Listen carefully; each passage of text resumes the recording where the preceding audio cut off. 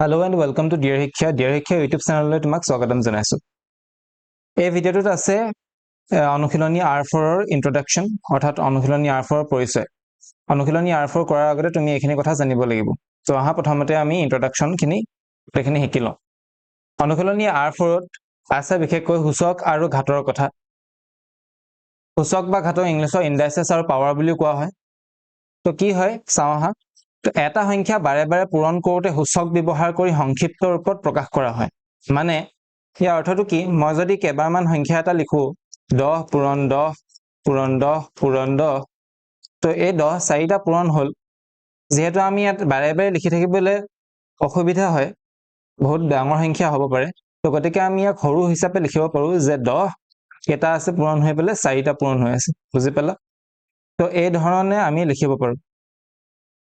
ইয়াৰ অৰ্থটো কি আমি কেলে লিখো যিকোনো এটা ডাঙৰ সংখ্যা বা একেবাৰে সৰু সংখ্যা সংক্ষিপ্ত ৰূপত প্ৰকাশ কৰিবলৈ সূচক ব্যৱহাৰ কৰা হয় অতি ডাঙৰ সংখ্যাবিলাকো ব্যৱহাৰ কৰিবলৈ যেনেকৈ সূৰ্য আৰু পৃথিৱীৰ মাজৰ দূৰত্বটো যথেষ্ট বেছি নহয় জানো তো হেতু ইমান ডাঙৰ এটা দূৰত্ব বা সংখ্যা এটা যেটো 15 কোটি কিলোমিটাৰ সমান তো ইমান ডাঙৰ সংখ্যা এটা আমি ইয়াত ডাইৰেক্ট লিখিবলৈ অসুবিধা হ'ব পাৰে তো তাৰ কাৰণে আমি কি ইচ্ছা কৰিম কেনে ধৰণে লিখিব পাৰিম এই ঘাত হিচাপে আমি লিখিব পাৰিম তো সেই এনেকুৱা ধৰণৰ সংখ্যাবিলাক লিখিবৰ বাবে সূচক আৰু ঘাত ব্যৱহাৰ কৰা হয় তো কোনো সংখ্যা সংক্ষিপ্ত ৰূপত থাকিলে তাক পঢ়িবলৈ লিখিবলৈ আৰু তুলনা কৰিবলৈ উজু হৈ পৰে যেনেকৈ 10000 এই সংখ্যাটোক আমি লিখিব পাৰিম 10 to the power 4 বুলি তো 10 to the power 4 ত ইয়াত যেটো 10 আছে তাক ভূমি বা ইংলিশত কলে মানে বেস বুলি কোৱা যায় আৰু যেটো ইয়াত 4 দেখিছা তোমালোকে এই 4 টো সূচক বুলি কয় সূচক বা তাৰ আন এটা নাম ঘাত হয় তো 10 to the power 4 হল কি 10 ৰ চতুৰ্থ ঘাত মানে কি 10 কেটা পূৰণ হৈ আছে ইয়াত 4টা পূৰণ হৈ আছে আশা কৰো এডখৰলৈকে তোমালোকে বুজি পালা তো সূচক আৰু ঘাত বুজিবৰ কাৰণে আমি ইয়াৰ কিছুমান প্ৰবলেম কৰিবৰ বাবে বা সমস্যা সমাধান কৰিবৰ বাবে কিছুমান ইয়াত ফৰ্মুলা বা সূত্ৰ থাকে আৰু সেই সূত্ৰসমূহ আমি শিকি লওঁ আহা তো যিকোনো অশূন্য অখণ্ড সংখ্যা মানে কি অখণ্ড সংখ্যা ৰেখাডাল তোমালোকে জানা এফালে 0 থাকে এফালে 1 থাকে এফালে 2 থাকে 3 থাকে -1 -2 এই ধৰণে থাকে নহয় জানো তো এই ধৰণৰ সংখ্যাবিলাক অকল মাত্ৰ 0 টোক বাদ দি বাকি যিমান আছে এইবিলাক সব কি হয় অশূন্য অখণ্ড সংখ্যা তো অশূন্য অখণ্ড সংখ্যা তেনেকে ধৰণে আমি লৈ ললো a b m আৰু n তেতিয়া হলে কি ফৰ্মুলা ইয়াৰ পৰা বনিব পাৰে এই লিষ্টখনত আছে ইয়াত প্ৰথমতে কি হয় সো প্ৰথম ফৰ্মুলাটো কি এই ফৰ্মুলাখন তোমালোকে ফৰ্মুলাখিনি যিখিনি লিখা আছে সেইখিনি খুবেই ইম্পৰ্টেন্ট বস্তু হয় তোমালোকে চাৰ্ট বনাই পেলে তোমালোকৰ যত পঢ়া টেবুলৰ আগত আনি লবা যাতে সদায় অংকবিলাক কৰোতে তোমাৰ চকুৰ আগত থাকে যদি পাহৰি যোৱা তাৰপা চাই পেলে মনত পৰে আৰু বাৰে বাৰে লিখি এইখিনি প্ৰেক্টিস কৰি লবা ঠিক আছে এইখিনি কিন্তু জিভাৰ আগত তোমাৰ আহিব লাগিব ইয়াত যিমান কিটা ফৰ্মুলা মই দিয়া আছে খুবেই ইম্পৰ্টেন্ট আৰু এইকেইটা জনাৰ পাছত যি ধৰণৰ সূচক ঘাতৰ অংকই নহওক সব তুমি কৰিব পাৰিবা ইয়াত কি বুজালে a মনত কৰা a m n এইবিলাকক আমি কি বুলি কওঁ কি বুলি কলো অশূন্য অখণ্ড সংখ্যা মানে 1 2 3 4 এনেকুৱা হ'ব পাৰে তো a বুলি কলে যিকোনো এটা সংখ্যা হয় আকৌ a অৰ্থাৎ ফৰ এক্সাম্পল আমি a এটা সংখ্যা ললো যেনিবা 2 ললো আৰু m যিকোনো এটা ইয়াৰ পাৱাৰ ললো যেনিবা মই ললো 5 ইনটু আকৌ যেহেতু ইয়াত a আছে মানে একেটা সংখ্যাই দিয়া আছে গম পালা b থকা হলে বেলেগ এটা সংখ্যা হলতা যেহেতু a দিয়া আছে তো গতিকে a মানে একেটা সংখ্যা হ'ব লাগিব কিন্তু ইয়াত ঘাতটো আকৌ n দিয়া আছে m নাই দিয়া মানে বেলেগ এটা ঘাত সাপোজ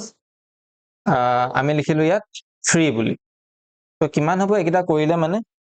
ফৰ্মুলাটো কি বুলি কলে তুমি a to the power m plus n কৰি দিয়া মানে কি কৰা তুমি 2 লিখি পেলে ওপৰৰ ঘাত কেটা যোগ কৰি দিয়া 5 plus 3 equal to কিমান হ'ব 2 to the power 8 ৰ সমান হ'ব বুজি পালানে মানে কথাটো একো নহয় ইয়াত 2 5টা পূৰণ হৈ আছে আৰু 2 3টা পূৰণ হৈ আছে টোটাল কেটা 2 পূৰণ হৈ আছে 8টা 2 পূৰণ হৈ আছে তো এইটো ফাৰ্স্ট ফৰ্মুলাটো কি ক'লে a to the power m into a to the power n equal to a to the power m plus n বুজি পালা নেক্সট টুলে চাওঁ আহা এবাৰ যদি মাজত চিনটো পূৰণৰ জায়গাত হৰণ থাকে তেতিয়া কি লিখিবা তেতিয়াই ঘাত কেটা বিয়োগ হ'ব গম পালা তাৰ মানে একেধৰণৰ উদাহৰণটোকে লওঁ 2 to the power 5 এবাৰ খালি ইনটু জেগাত আমি যদি ডিভাইড কৰো তেতিয়া 2 to the power 3 equal to কিমান লিখিব লাগিব 2 to the power 5 minus 3 গতিকে হ'ব কিমান 2 to the power 2 অৰ্থাৎ 2 স্কয়াৰ নেক্সট ফৰ্মুলা আছে a to the power m into b to the power m অৰ্থাৎ এবাৰ এটা সংখ্যা a আছে আৰু এবাৰ এটা সংখ্যা b আছে নহয় জানো কিন্তু a আৰু b মানে কি সংখ্যাকেইটা বেলেগ বেলেগ হ'ব ফৰ এক্সাম্পল উদাহৰণস্বৰূপে a মই ললো 2 আৰু b ললো 3 আৰু ঘাতকেইটা যেহেতু একে ল'ব লাগিব তো একে ধৰণৰ এটা ঘাত ললো 5 যেনিবা তো ইয়াত কি কৈছে ফৰ্মুলাটোৱে কি হ'ব তোমাৰ a into b power m হৈ যাব মানে কি ঘাত যেটা বেস আছে a আৰু b কি বুলি কোৱা হ'ব বেস বুলি কোৱা হ'ব আমাৰ বেস কি ইয়াত 2 আৰু 3 বেস কিটা পূৰণ হৈছে তো 2 into 3 হৈছে আৰু ঘাতটো দেখিছানে ইয়াত এবাৰে আহিছে তেতিয়া হলে ইয়াত ঘাতটো এবাৰে লিখিব লাগিব 5 তাৰমানে আনসাৰটো কিমান হ'ব 2 into 3 2 3 গুণ হয় 6 ওপৰত থাকিব 5 বুজি পালা নেক্সট ফৰ্মুলাটোলৈ চাওঁ হা একেটাই হয় খালি এবাৰ কি হ'ব পূৰণৰ চিনৰ জায়গাত হৰণ চিন আছে তেতিয়া কি লিখিবা তুমি যেনিবা 2 আছে আৰু ডিভাইডেড বাই 5 আৰু ঘাতকেইটা একে ল'ব লাগিব 5 5 তো ইয়াক কি ধৰণে লিখা যাব সো ওপৰত কি লিখিব লাগিব a অৰ্থাৎ ওপৰত লিখিব লাগিব 2 তলত লিখিব লাগিব 5 2 আৰু ঘাতটো কি আহিব 5 বুজি পালা এবিলে কি বুলি এটো কি বুলি পঢ়িম আমি a to the power m divided by b to the power m equal to a by b whole to the power m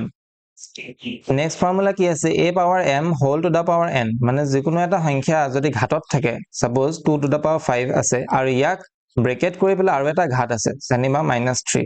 এটাকিটা যেহেতু প্লাসতে লৈছো মই এবাৰ হেকাৰণে ইয়াক মাইনাসটো কৰি তোমাক দেখাইছো a to the power m whole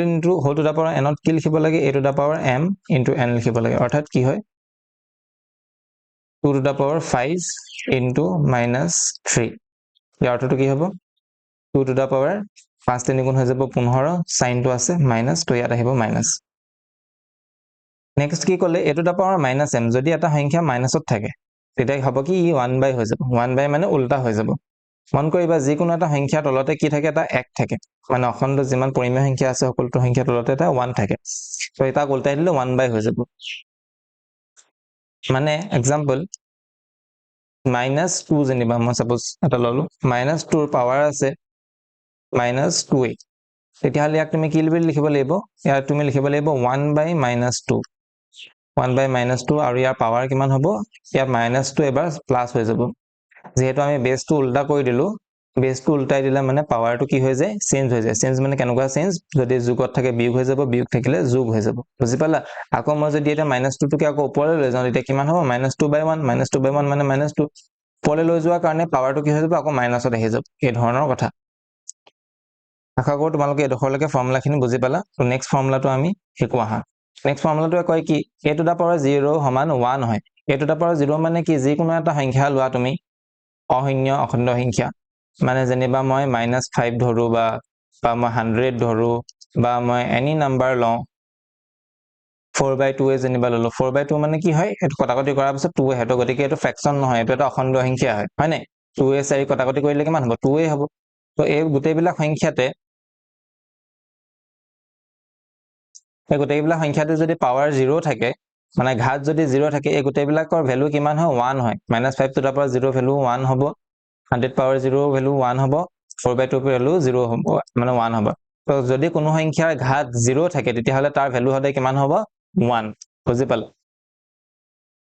এতিয়া মই যদি তোমাক কওঁ x to the power 0 আৰু ইকুৱেল টু বা এনেকৈ গলো 5 to the power n আৰু এফালে আছে বোলে 1 এটা তোমাক খুদিলো n ৰ ভ্যালু কিমান এই n ৰ পাৱাৰটো কিমান হ'ব তো তুমি এনেকুৱা কৰিব লাগিব 5 to the power n equal to 1 ৰ জায়গাত তুমি কি লিখিব পাৰিবা 5 to the power 0 লিখিব লাগিব যদি বেস একে থাকে তেতিয়া পাৱাৰ বিলাক সমান হৈ যায় মানে যদি 5 5 একে আছে তে পাৱাৰো একে হ'ব লাগিব দিস মিন্স ইয়াৰ পৰা এটো লাভ যে n ৰ সমান 0 হয় ভাগৰ বুজি পাইছা তোমালোকে এডখৰলৈকে তো নেক্সট চাওহা কি আছে নেক্সট কলে কি একেটাই হয় অথনি যেনেকে ধৰণে পাৱাৰটো মাইনাসত থাকোতে কেনেকে প্লাস হৈ শিকাইছিলো হেতুৱে ফৰ্মুলা জাস্ট এবাৰ ভগ্নাংশত আছে ওপৰত a আৰু তলত b থাকিলে মানে এবাৰ কি হ'ব এটা পৰিমেয় সংখ্যাৰ কথা কৈছে তাৰমানে যেনিবা 2/5 যদি পাৱাৰটো যেনিবা -3 আছে ইয়াৰ যেহেতু ঘাতটো বিয়োগ হয় তো ঘাত যোগাত্মক নহয় বিয়োগ হলে মানে তুমি সদায় বেসটো উল্টাই দিব লাগিব মানে কি হ'ব 5/2 হ'ব আৰু পাৱাৰটো কি আহিব পাৱাৰটো আহিব -3 টো হৈ যাব +3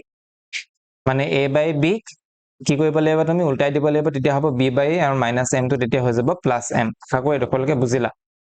-m to the power m equal to 1 to the power m next formula -1 ৰ ওপৰত ঘাত এটা আছে m আৰু তাক কৰিলে ওলাইছে 1 to the power m কেতিয়া ওলাই মাইনাস সাইনটো কেতিয়া নাইকিয়া হৈ যায় যদি হে ভাল লিখি ৰাখিব লাগিব আমি যদি m যোগাত্মক সৰি যদি m যোগাত্মক নহয় যুগ্ম যদি m যুগ্ম মানে কোনবিলাক সংখ্যা 2 4 6 8 এনেকুৱা সংখ্যাবিলাক যদি থাকে তেতিয়া হলে যেটো সংখ্যাত মাইনাসত আছে তাৰ ঘাতটো যদি এনেকুৱা যুগ্ম সংখ্যা এটা হয় তেতিয়া হলে আমি তাৰ মাইনাস সাইনটো নাইকিয়া হৈ যায় সাপোজ মই উদাহৰণ এটা দিছো অকল যে মই 1 এ থাকিব হেতু কথা নহয় উদাহৰণ স্বৰূপেহে আমি 1 লোৱা হৈছে যি কোনো সংখ্যা হ'ব পাৰে সাপোজ 25 কে মই ললো -25 আৰু ইয়াৰ পাৱাৰ যেনিবা আছে 2 যেহেতু দুইটো এটা যুগ্ম সংখ্যা হয় তো গতিকে ইয়াৰ আনসাৰটো 25 স্কয়াৰ সমানে ওলাব বুজি পালা কিয়নো -টো স্কয়াৰ কৰি দিয়াৰ পাছত প্লাস হৈ যায় ঠিক তেনেকৈ ইয়াত 22 থকা হলেও তেতিয়াও কি হলহেতেন -25 টোৰ জায়গাত এই মাইনাস সাইনটো আতৰি অকল 25 এ হলহেতেন মাইনাস সাইনটো নেক্সট ফৰ্মুলাত কি কৈছে -1 to the power n equal to -n to the power n এ হ'ব যদি n অযুগ্ম হয় n অযুগ্ম হ'ব লাগিব এক্সাম্পল অযুগ্ম সংখ্যাৰ এক্সাম্পল যেনেকৈ 1 3 5 7 এনেকুৱা বিলাক n অযুগ্ম সংখ্যা হলে মানে মাইনাসটো মাইনাসে হৈ থাকিব মানে -1 ৰ ওপৰত যদি মই যিকোনো এটা ঘাত দিও 3 তো ইয়াৰ অৰ্থটো যেহেতু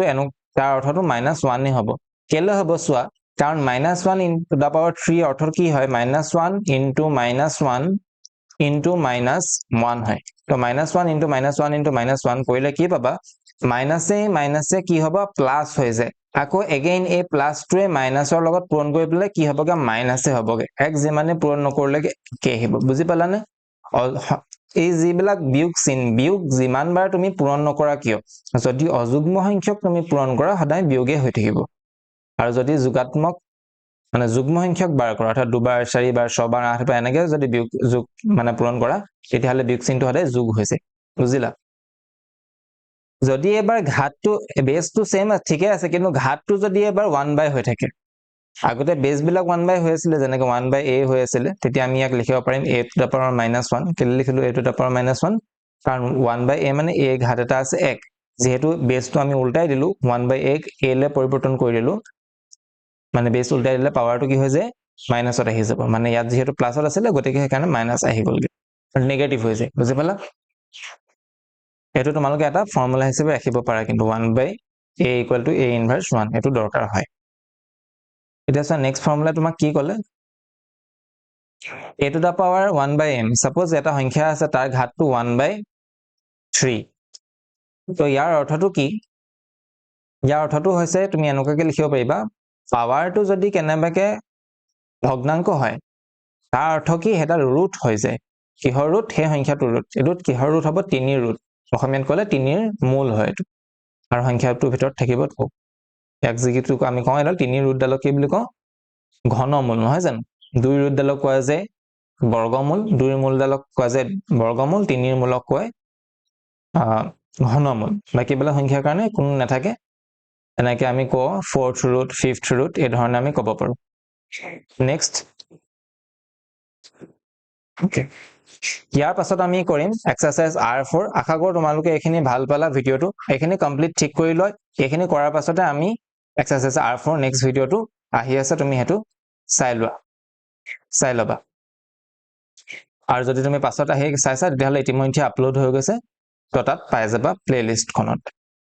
তো চোৱাৰ বাবে থ্যাংক ইউ